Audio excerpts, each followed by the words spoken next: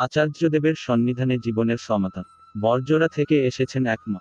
নিবেদন করলেন ছেলের বিয়ে দিয়েছিলেন, 5 বছর পর ডিভোর্স হয়ে গেছে, আবার বিয়ে করবে, যাতে বাকি জীবনটা সুখে থাকতে পারে তার জন্য আশীর্বাদ প্রার্থনা করছেন।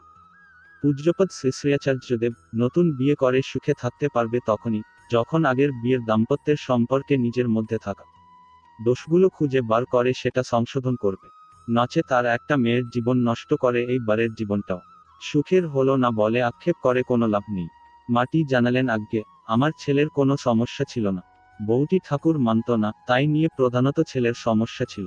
তিনি বললেন তা কি করে হয়, আমি ঠাকুর মানি, ঠাকুর নিয়ে আনন্দে আছি।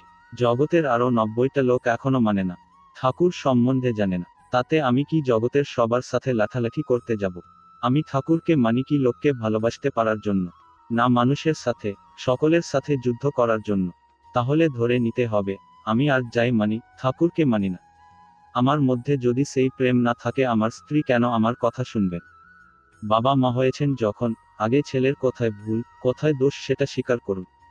যেটা ভুল, যেটা অন্যায় তাকে বুঝিয়ে প্রয়োজনে শাসন করে শুধরে দেওয়াটা বাবা মায়ের কাজ, মানসিকভাবে মায়ের কাজ। মানসিকভাবে আগে নিউট্রাল হয়ে ভালো করে দেখা দরকার, ছেলের কোথাও কি গুণের কোনো ঘাটতি আছে, যদি থাকে সেইটা আগে শুধরে নিয়ে তারপর পরের বিয়েতে এগো।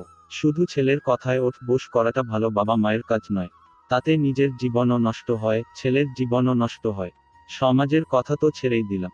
সূত্র আজি হামকি পেখলু, সম্রাট দাস। আলোচনা অগ্রহায়ণ 1430।